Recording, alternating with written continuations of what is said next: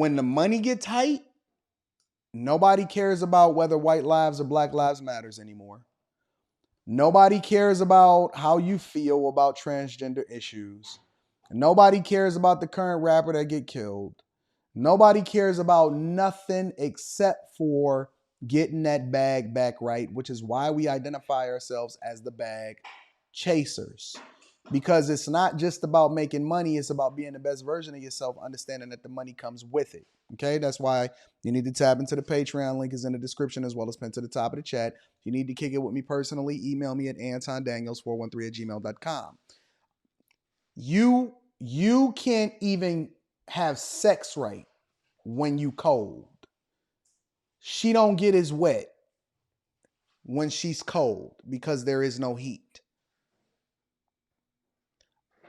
I've never been homeless. I've worked with a lot of homeless people. I will tell you that people are living paycheck to paycheck that are making six figures. Most people that are making six figures are living paycheck to paycheck. This is nothing to play with. I remember the 2008 recession. I was able to move back into my parents' basement. I was very, very, very grateful for the opportunity to move back in my parents' basement. I was blessed. A lot of y'all like, oh yeah, Anton was dusty in 2008. No, I was blessed to be able to move into my parents' basement with a wife and a newborn daughter on the way. I was really, really blessed. It was bad for a lot of people. A lot of people deleted themselves back in the 2008, 2007, 2008 recession. It was so bad. It was so bad. Let me tell you how bad it was in 08. Okay. In 08, it was so bad that I seen people practically fighting over the flower guy suit that stand on the corner with the sign with the arrow like, hey, come buy flowers from us. It was a mask, it was a costume, and it was out here in the suburbs in a very nice area. And people were lining up and fighting for a job to get in that bunny suit to be able to hold up that thing. That's how bad it was. See, y'all privileged and y'all are incredibly spoiled. And so you don't really know. A lot of y'all are too young because I'm 40. A lot of y'all truly don't know what it feels like to not have a dime to your name, don't have an unemployment benefit that come along and save you, and certainly don't have any kind of job prospects. You have no clue whatsoever. And you know that the man is going to come and get your car. And he going to come and get your other car. You have no clue. Let me tell you how dedicated I was after I went broke and why it was necessary for me to stay down for 10 years. Even after I had got all of the money back and had got rich, I was still chilling in my mom's basement. Let me tell you why, bro. Listen, we gonna have a real talk, okay? I went and I said, you know what? I'm not going to take no money out of my portfolio. I'm not going to take no money out of my 401k. It was the best decision that I ever made in my life. I said, I'm willing to get these cars up. I'm going to take the last cash that I have and I'm going to buy a car. I am literally going to buy a car cash. They can have these cars. They can have the car notes that go along with them, so on and so forth. This is like 07, 08.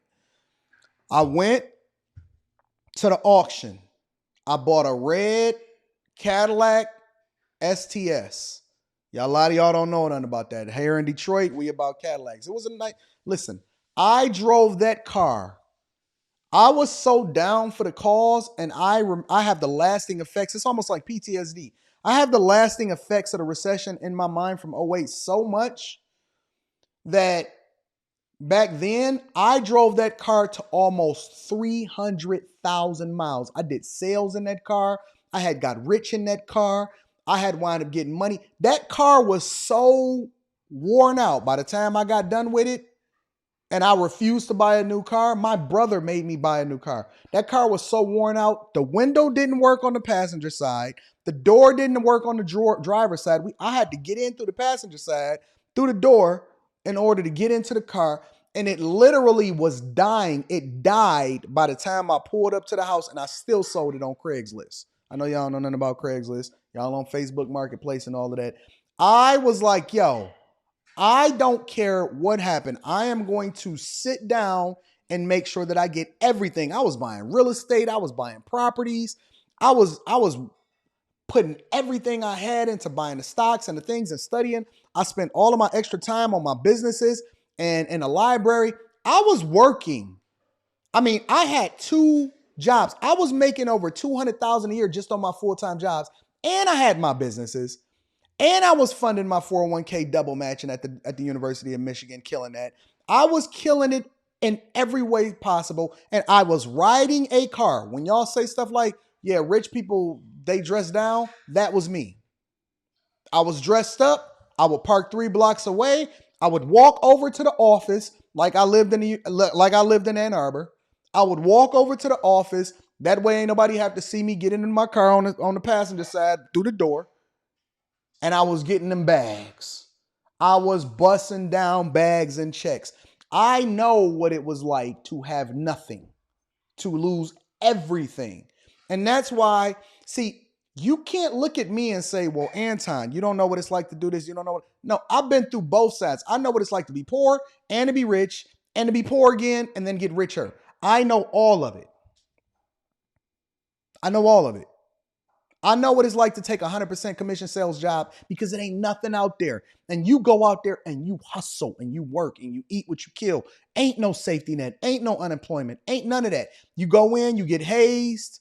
They try to nag you out in order to try to filter through the ones that's able to make it and not in the sales game. And you go out there and you kill it every single day to the point to where it was salt in my shoes and then my feet was hurting every single day. And then I had to make sure I did extra sales just to make sure, because I knew my shoes was going to be worn out, but I still had to make myself presentable for the customers. Oh, I know what it's like to hustle and grind. I didn't get to where I got to because somebody gave me something. I see the little rumors out there. Anton was a trust fund baby. Anton was this. Nah, Anton was a hustler. Anton grind. Anton went out and got it by any means necessary. No sleep, go and get it. I don't care what everybody else is talking about. And then after I stayed down for 10 years, I started spending some money. Anton was a hustler.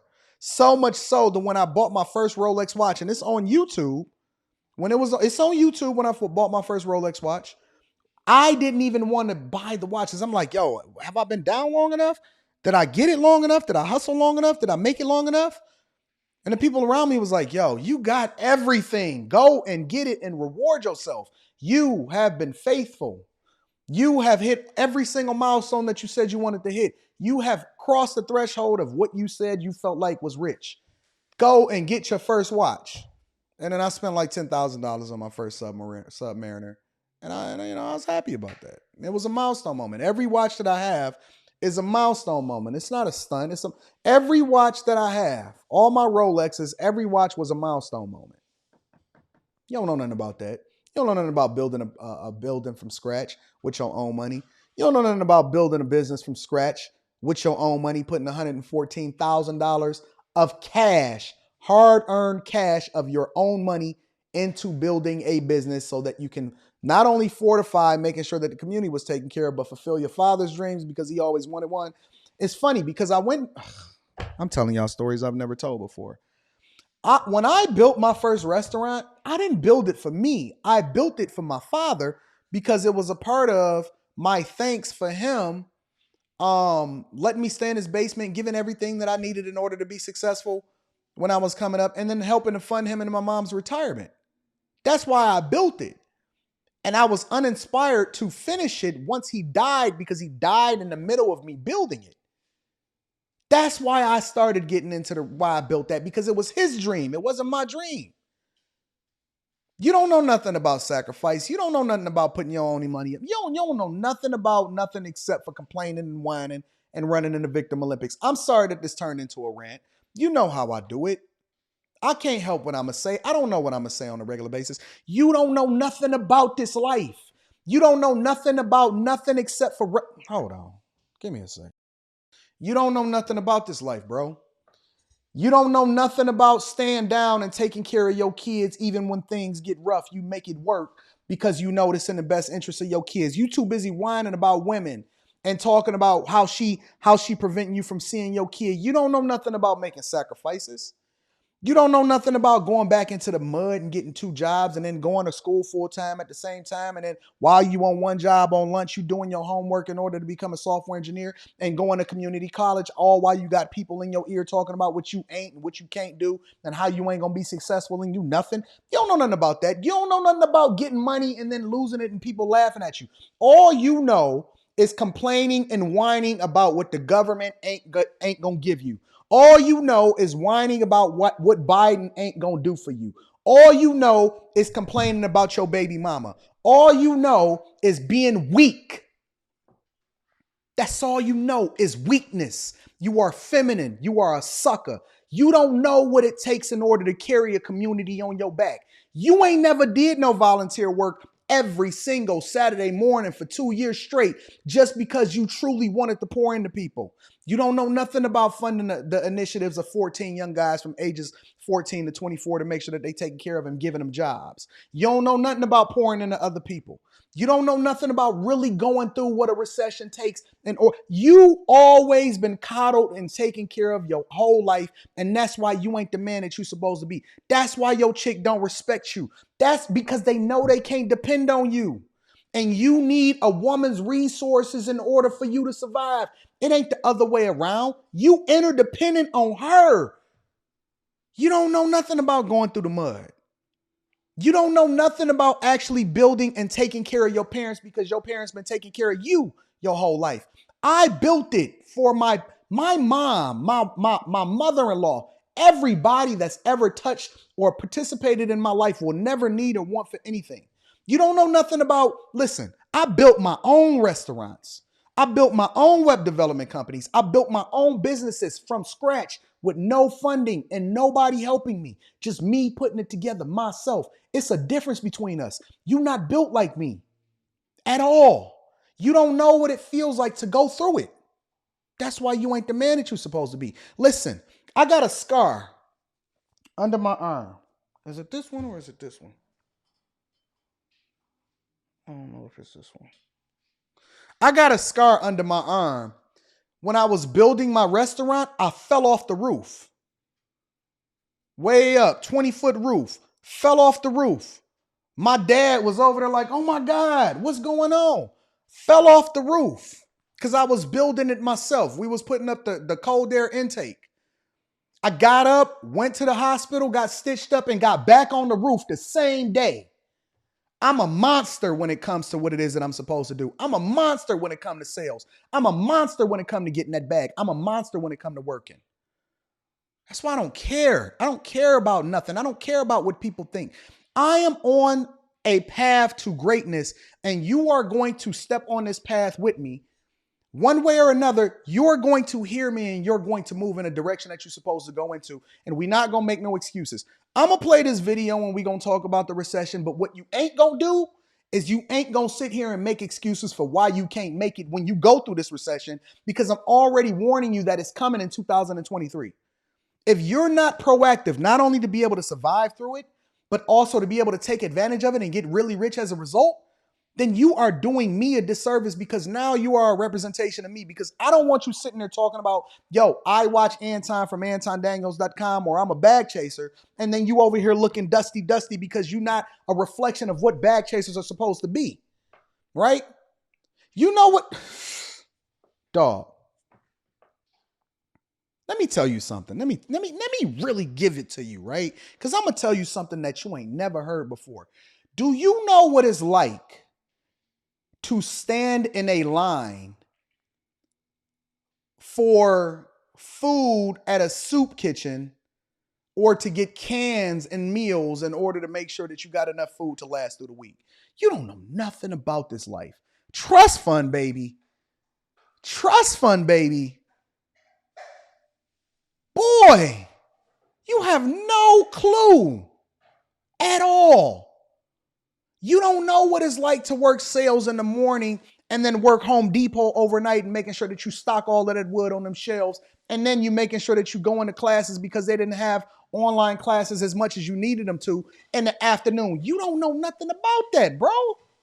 You don't know what it's like to stay up for 4 days straight because you don't have a day off until the weekend, and you got to make sure that your daughter is straight, and you got to make sure you funding her 429. You don't know nothing about this life. How dare you ever compare yourself to a monster like me? I will destroy you and spit you out of my mouth. You not built like this, bro. At all. We different.